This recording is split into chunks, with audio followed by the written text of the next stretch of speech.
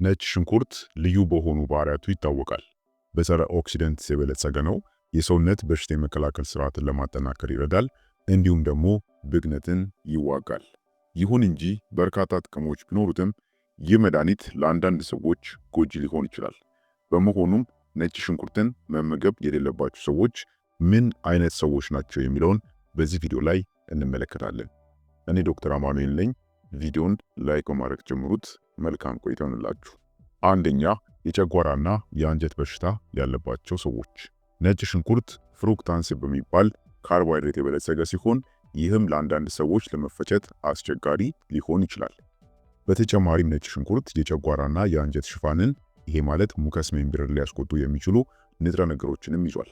በተለይም በጨጓራ ግድግዳ መቆጣት ይሄ ማለት ጋስትራይተስ፣ በቁስለት አልሰር ወይም ደግሞ የጨጓራ አሲድ ወደ ጉሮሮ መመለስ ይሄ ማለት አሲድ ሪፍሉክስ ያለባቸው ሰዎች ጥንቃቄ ማድረግ አለባቸው። ነጭ ሽንኩርት መመገብ ቃር ወይም ደግሞ ሀርት በርን፣ የሆድ ህመም እንዲሁም ደግሞ ምልክቶቹም እንዲባባሱ ሊያደርግ ይችላል። ስለዚህ ከጨጓራና እንዲሁም ደግሞ ከአንጀት ጋር ችግር ያለባቸው ሰዎች ነጭ ሽንኩርት ላይ ጥንቃቄ ቢያደርጉ የሚመከር ነው። ሁለተኛ፣ የደም መርጋት ችግር ያለባቸው ታካሚዎች። ነጭ ሽንኩርት ደምን ሊያቀጥን ይችላል። ነጭ ሽንኩርት ደምን የማቅጠን ተፈጥሯዊ ባህሪ ያለው በውስጡ ባለው ከፍተኛ የአሊሲን መጠን ምክንያት ነው። አሊሲን የደም መርጋትን ሊገታ የሚችል ንጥረ ነገር ነው። ይህም ለአንዳንድ ሰዎች የደም መርጋት አደጋን በመቀነስ ጠቃሚ ሊሆን ቢችልም ለሌሎች በተለይም ደግሞ የደም መፍሰስ ችግር ያለባቸው ሰዎች ከሆኑ ለምሳሌ ሄሞፊሊያ ካለባቸው ነጭ ሽንኩርት የመድማት ዝንባላቸውን ሊያባብሰው ይችላል። ሌላው ለቀዶ ሕክምና ቀጠሮ የተያዘላቸው ግለሰቦች ይህ ማለት ከመጠን በላይ የመድማት አደጋን ለመቀነስ ነጭ ሽንኩርት ከቀዶ ሕክምናው በፊት እናም ደግሞ በኋላ ቢያንስ ለ2 ሳምንታት መወገድ ወይም ደግሞ ማስወገድ ይኖርባቸዋል። እናም ደግሞ የደም ማቅጠኛ መድኃኒቶችን ለሚወስዱ ሰዎችም አደገኛ ሊሆን ይችላል ማለት ነው።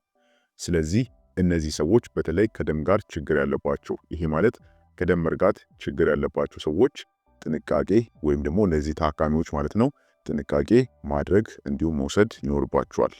ሶስተኛ፣ ዝቅተኛ የደም ግፊት ያለባቸው ሰዎች። ነጭ ሽንኩርት የደም ግፊትን ይቀንሳል። ይህም የደም ግፊት ለሚያስቸግራቸው ታካሚዎች ጠቃሚ ነው። ሆኖም ግን አስቀድሞ ዝቅተኛ የደም ግፊት ላለባቸው ሰዎች ከሆነ አደገኛ ነው። ይህም የማዞር ስሜት፣ ድክመት፣ አልፎ ተርፎም ራስን መሳትን ሊያስከትል ይችላል። ስለሆነም ዝቅተኛ የደም ግፊት ካለባችሁ ወይንም የደም ግፊትን ለመቆጣጠር መድኃኒት እየወሰዳችሁ ከሆነ የምትጠቀሙትን የነጭ ሽንኩርት መጠን ጥንቃቄ ማድረግ ይኖርባችኋል። አራተኛ፣ እርጉዝና የሚያጠቡ እናቶች። በእርግዝና ወቅት ነጭ ሽንኩርት ከመጠን በላይ መውሰድ የሆድ መረበሽ ሊያስከትል ወይም ደግሞ የጡት ወተት ጣዕምን ሊለውጥ ይችላል፣ ለሚያጠቡ እናቶች ማለት ነው። ይህም በጨቅላ ህጻናት ላይ ላይወደድ ይችላል። በእርግዝና ወቅት ከሆነ ከፍተኛ መጠን ያለው ነጭ ሽንኩርት መጠቀም የደም መፍሰስ አደጋን ሊጨምር ይችላል። ይህም በወሊድ ጊዜ ችግርን ሊፈጥር ይችላል። ከመጠን በላይ የሚለውን እንድታሰምሩልኝ እፈልጋለሁ። ጡት በማጥባት ጊዜ ከሆነ ደግሞ ነጭ ሽንኩርት የጡት ወተት ጣዕምን ሊለውጠው ይችላል። ይህም አንዳንድ ጨቅላ ህጻናት ላይወዱት ይችላሉ፣ እናም ለመመገብ እንዲቸገሩ ሊያደርጋቸው ይችላል ማለት ነው። ስለዚህ ለእርጉዝና እንዲሁም ደግሞ ጡት ለሚያጠቡ እናቶች ይህም ከመጠን በላይ መጠቀሙ የሚመከር አይደለም ማለት ነው። አምስተኛ፣ አለርጂ ያለባቸው ሰዎች።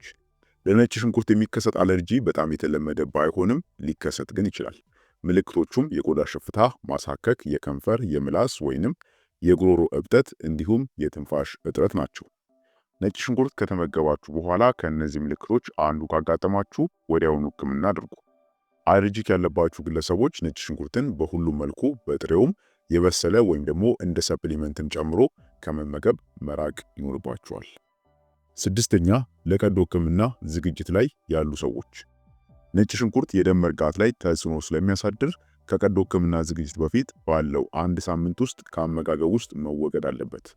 የተወሰኑ መድኃኒቶችን የሚወስዱ ታካሚዎችም ነጭ ሽንኩርት ከአንዳንድ መድኃኒቶች ጋር መስተጋብር በመፍጠር ውጤታማነታቸውን ሊቀንስ ወይም ደግሞ አሉታዊ የሆኑ የጎንዮሽ ጉዳቶችን ሊያስከትል ይችላል።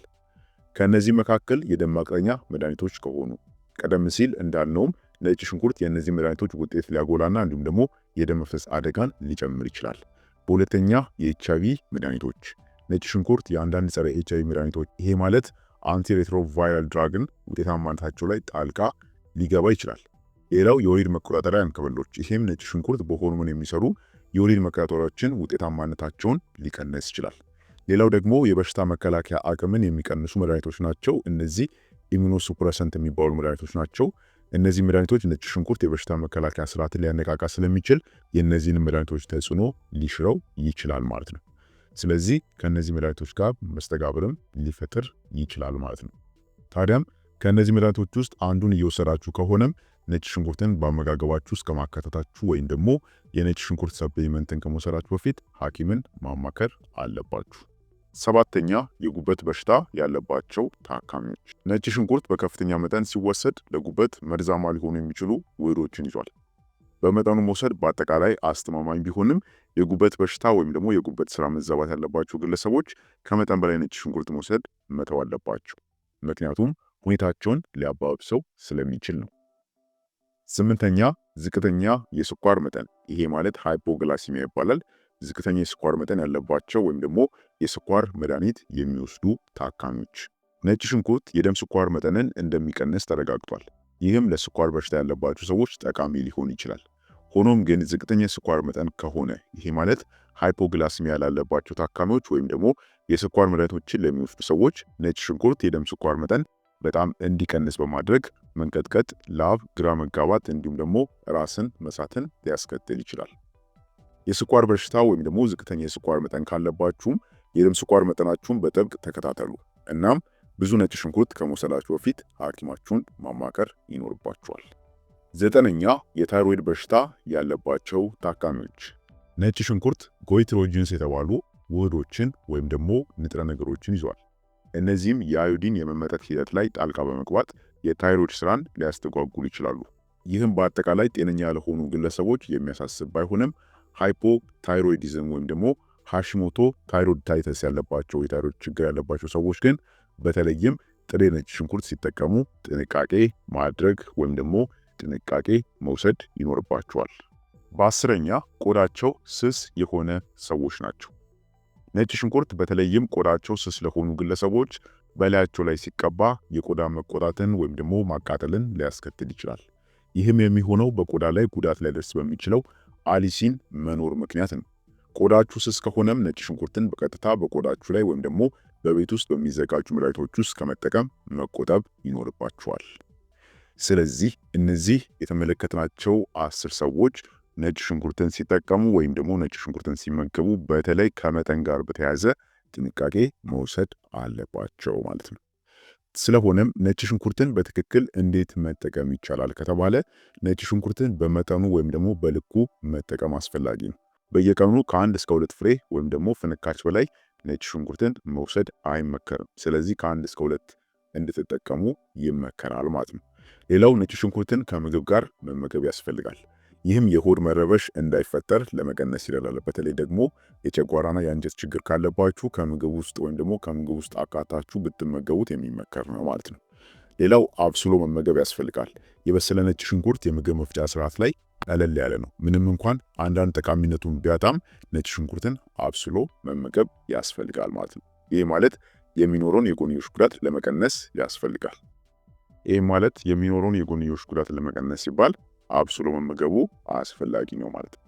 ስለሆነም እንግዲህ ነጭ ሽንኩርትን በዚህ መልኩ ጥንቃቄ ማድረግ ያስፈልጋል። እንዲሁም ደግሞ አሁን የነገርኳችሁ 10 አይነት ሰዎች ከሆናችሁ ነጭ ሽንኩርትን ስትጠቀሙ ጥንቃቄ መውሰድ ይጠበቅባችኋል ማለት ነው። ስለሆነም ክቡራን ቤተሰቦች ለዛሬ ነበረን የጤና ቪዲዮ ይህን ይመስል ነበር። አይሆፕ ጠቃሚና አስተማሪ እንደሆነ ግምቴ ነው። ሌሎችንም ሊጠቅምና ሊያስተምር ስለሚችል ቪዲዮውን በቅንነት ሼር አድርጉልኝ። በቀጣይ በሌላ አስተማሪ ጤና ትምህርት የምንገናኝ ይሆናል። እስከዛው ግን ቸር ሰንብቱ።